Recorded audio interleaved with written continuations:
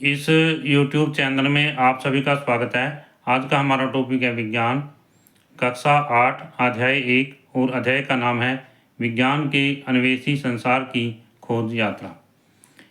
इस अध्याय की पहली भी हमने 2 वीडियो बनाई हैं और वह वीडियो हमने प्लेलिस्ट में डाल दी हैं। आप प्लेलिस्ट में जाकर के सभी वीडियो देख सकते हैं। आज इस वीडियो में हम यहाँ से आरंभ करते हैं। अवलोकन, मापन, प्रयोग जैसे वैज्ञानिक सिद्धांतों के मध्य स्तर पर हमारी यात्रा को मार्गदर्शित किया है।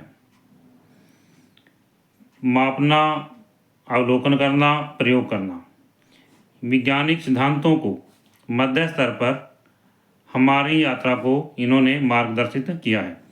वही सिद्धांत हमें उस सूक्ष्म संतुलन को बनाए रखने में सहायता करेंगे जिस पर जीवन निर्भर करता है। जिन सूक्ष्म चीज़ों पर या सिद्धांतों पर हमारा जीवन निर्भर करता है, वही सिद्धांत हमारे जीवन को संतुलन बनाए रखने में हमारी सहायता करेंगे। भावी चुनौतियां सदैव सरल नहीं होंगी। हमें आशा है कि आप में से कुछ लोग जिज्ञासा को अपना मार्गदर्शक बनाकर इन कठिन समस्याओं का समाधान करने का प्रयास करेंगे। इसमें कहता है कि जो आने वाला समय है, जो चुनौतियां हैं, वो हमेशा सरल नहीं होगी, परंतु फिर भी आशा है कि जिज्ञासा को अपना मार्गदर्शक बनाकर, जिज्ञासा का अर्थ क्या है, यहाँ हमारी पुस्तक का नाम भी जिज्ञासा है। जिज्ञासा का अर्थ है उत्सुकता, किसी प्रश्न का हल खोजने की उत्सुकता, चाह, तो उसको अपना मार्गदर्शक बनाकर इस कठिन समस्याओं का समाधान करने का हम प्रयास करेंगे।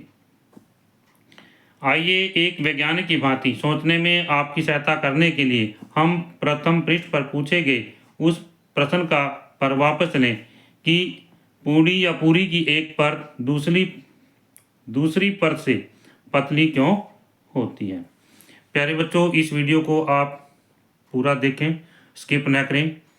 और यदि आप बगैर स्किप के इस वीडियो को देखेंगे तो आपको सारा पाठ जो है अच्छी तरह समझ आएगा और वीडियो को देखते देखते ही आपको पाठ यह याद भी हो जाएगा। सर्वप्रथम याद रखें कि विज्ञान सर्वत्र है। क्या है भाई? विज्ञान जो है सर्वत्र है। सर्वत्र का मतलब है सब जगह। कहने का भावार्थ क्या है कि संसार के प्रत्येक कण कण में विज्ञान विद्यमान है। आपको साधारण प्रयोग करने के लिए किसी विशेष रूप से अभिकल्पित प्रयोगशाला की आवश्यकता नहीं है।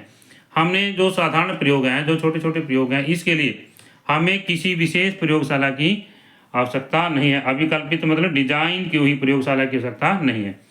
यहाँ तक कि अवलोकन हेतु और प्रश्न पूछने के लिए घर की रसोई भी एक अद्भुत स्थान है। इसमें कहता है भी देखने के लिए और प्रश्न पूछने के लिए हमारे लिए जो घर की रसोई है वह भी एक अद्भुत अनोखा स्थान है। आपको केवल जिज्ञासा एवं ध्यानपूर्वक किए गए अवलोकन द्वारा यह पूछने की आवश्यकता है, क्या होता है, क्या होता है। यदि आपने देखा है कि पूड़ी या भटूरा गर्म तेल में डालने पर कैसे फूल जाता है या आंच पर डालने से रोटी गुब्बारे की भांति क्यों फूल जाती है, तो इसमें यहाँ पर रसोई घर में हम देखते हैं कि पूड़ी या भटूरा गर्म तेल में डालने पर कैसे फूल जाता है और आंच पर डालने से या आंच पर रखने से रोटी जो है गुब्बारे की भांति क्यों फूल जाती है। साथ ही एक परत दूसरी परत से पतली क्यों है। ये ऐसे प्रश्न है जो संभवतः एक वैज्ञानिक पूछ सकता है और आप भी। जो इसमें जो ये प्रश्न है, इन प्रश्नों को एक वैज्ञानिक भी पूछ सकता है और आप भी इनको पूछ सकते हैं। आइए देखें कि हम इस साधारण दैनिक परिघटना की जांच एक वैज्ञानिक की भांति किस प्रकार कर सकते हैं। इसमें आगे है, सर्वप्रथम हम एक वैज्ञानिक प्रश्न पूछने का प्रयास करेंगे। सबसे पहले हम क्या है, एक वैज्ञानिक प्रश्न पूछने का प्रयास करेंगे। वे कौन सी स्थितियां हैं जो तले जाने पर, क्या है भी, जो तले जाने पर पूड़ी के फूलने के तरीकों में परिवर्तन कर सकती है। इसका उत्तर देने के लिए हम कुछ सरल प्रयोग करना चाहेंगे। इसके लिए हम 2 मुख्य बातें जानने का प्रयास करेंगे। कितनी भी 2 मुख्य बातें। प्रयास करते समय हम क्या परिवर्तित या नियंत्रित कर सकते हैं और इन परिवर्तनों में अंतर देखने के लिए हम क्या अवलोकन कर सकते हैं। इस स्थिति में हम संभवतः बेले हुए आटे की मोटाई और माप बदलने के विषय में विचार कर सकते हैं। सबसे पहले हम क्या कर सकते हैं, जो हमने आटा बेला हुआ है उसकी मोटाई को और उसके माप को बदलने की कोशिश करेंगे। हम भिन्न भिन्न प्रकार के आटे एवं मैदा इत्यादि का भी उपयोग कर सकते हैं। अलग अलग आटा लेंगे इसे सिद्ध करने के लिए और जो है मैदा भी ले सकते हैं। पूड़ी तलते समय हम गर्म तेल का तापमान भी बदल सकते हैं, परिवर्तित कर सकते हैं। परिवर्तन है बदलना, क्या कहते हैं, जब हम इसको पूड़ी को तलते हैं तो गर्म तेल का तापमान भी हम बदल सकते हैं, अथवा बेले हुए आटे को अलग अलग तरीकों से तेल में डालने का प्रयास कर सकते हैं। इसे लंबवत डालिए, इसे कोण पर डालिए और धीरे धीरे डालिए। ध्यान दीजिए कि ये ऐसी बातें जिन्हें हम नियंत्रित कर सकते हैं। इस तरह की बातें हैं, हम इनको बार बार बदल करके अपना परिणाम प्राप्त करने के लिए, रिजल्ट प्राप्त करने के लिए कोशिश कर सकते हैं और हम उनको नियंत्रित कर सकते हैं। इससे आ गया है, तथापि इस परिवर्तन को समझने के लिए हमें ये भी विचार करना होगा कि क्या हम इन परिवर्तनों को देख या माप सकते हैं। इनमें से कुछ के उत्तर मात्र हाँ अथवा में नहीं में हो सकते हैं, जबकि कुछ स्थितियों में इनकी संख्या को मापा भी जा सकता है। हम जांच सकते हैं कि पूड़ी फूल रही है या नहीं। हमने क्या किया, तापमान अलग अलग लिया, आटा अलग अलग लिया और जो आटे की या मैदे की मात्रा थी वो अलग अलग ली। तो हम जांचेंगे कि पूरी जो है कितनी हर बार में फूल रही है या नहीं। अथवा हम पूड़ी के फैलने में लगे समय सेकंड को भी माप सकते हैं। हम जान सकते हैं क्या बेली हुई मोटी पूड़ी में भी पतली परत होती है। ऐसे प्रयोग करते समय शेष स्थितियां समान रखते हुए केवल एक ही स्थिति में परिवर्तित करना उचित होता है। तो इसमें जब हम इनको प्रयोगों को दोहराते हैं, हमने क्या करना है, शेष स्थितियां तो समान रखनी है, केवल एक स्थिति में बदलाव करना है। क्या करना है अभी, केवल एक ही स्थिति में हमने यहाँ पर बदलाव करना है। उदाहरण के लिए यदि हम खोलते हुए तेल, गर्म तेल और कम गर्म तेल का प्रभाव देखना चाहते हैं तो समान मोटाई की पूड़ियाँ बेलिए। सबसे पहले क्या भी, तेल खोल रहा है, गर्म है और कम गर्म है, इसके प्रभाव देखने के लिए समान मोटाई की अपनी पूड़ियाँ बेलनी चाहिए और उन्हें एक ही प्रकार के तेल में डालना चाहिए। ये इसमें आगे कहता है भी, यह किसी वरिष्ठ की उपस्थिति में ही करें। ये बच्चों के लिए भी, प्यारे बच्चों, यदि आप इसको प्रयोग को करना चाहते हैं, दोहराना चाहते हैं अवलोकन को, तो इसमें क्या है भी, कोई वरिष्ठ जो है आपके पास में होना चाहिए, उपस्थित होना चाहिए। प्रयोग करते समय आप जो कुछ भी देखते हैं एवं अनुभव करते हैं और उसको लिख कर रखना भी एक अच्छा विचार है। भी जब हम प्रयोग कर रहे हैं और हमने जो कुछ देखा या जो कुछ अनुभव किया उसको हमें लिखना चाहिए। क्या तेल के छींटे पड़े, गंध आई या धुआं निकला।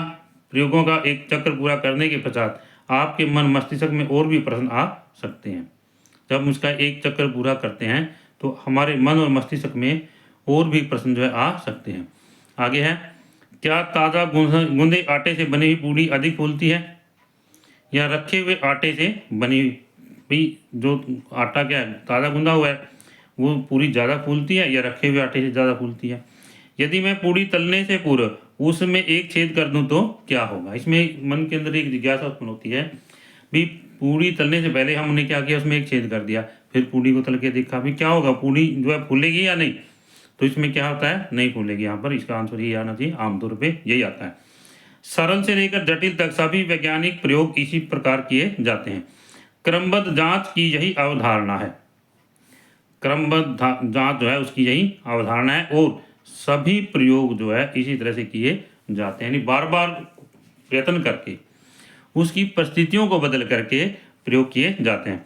इसके साथ ही आपको बता दें कि पूड़ी के फूलने का यह सामान्य अवलोकन भी वैज्ञानिकों द्वारा आज तक पूर्णतः समझा नहीं गया है। तो इसमें एक विशेष बात और कहता है कि आज तक पूड़ी जब फूलती है इसकी एक परत पतली और एक परत क्या होती है, मोटी होती है। वैज्ञानिक आज तक इस बात को समझ नहीं पाए हैं। अतः पूड़ी का फूलना हो अथवा पूर्णिमा के पश्चात चंद्रमा की कलाओं का घटना विज्ञान के अन्वेषी संसार में आपके द्वारा ध्यान किए गए अवलोकन आपकी खोज को मार्गदर्शित करते हैं। इससे आगे अन्वेषण का आनंद लीजिए। इस तरह से इस वीडियो में यह अध्याय समाप्त होता है। आशा करता हूँ कि इस वीडियो के माध्यम से सभी टॉपिक आपको समझ आ गए होंगे, और यदि यह वीडियो आपको अच्छे लगे तो आप इस वीडियो को लाइक करें, शेयर करें, कमेंट करें, और यदि आप इस चैनल पर नए हैं तो आप इस चैनल को सब्सक्राइब करें ताकि इस तरह की अगली वीडियो आपको मिलती रहे।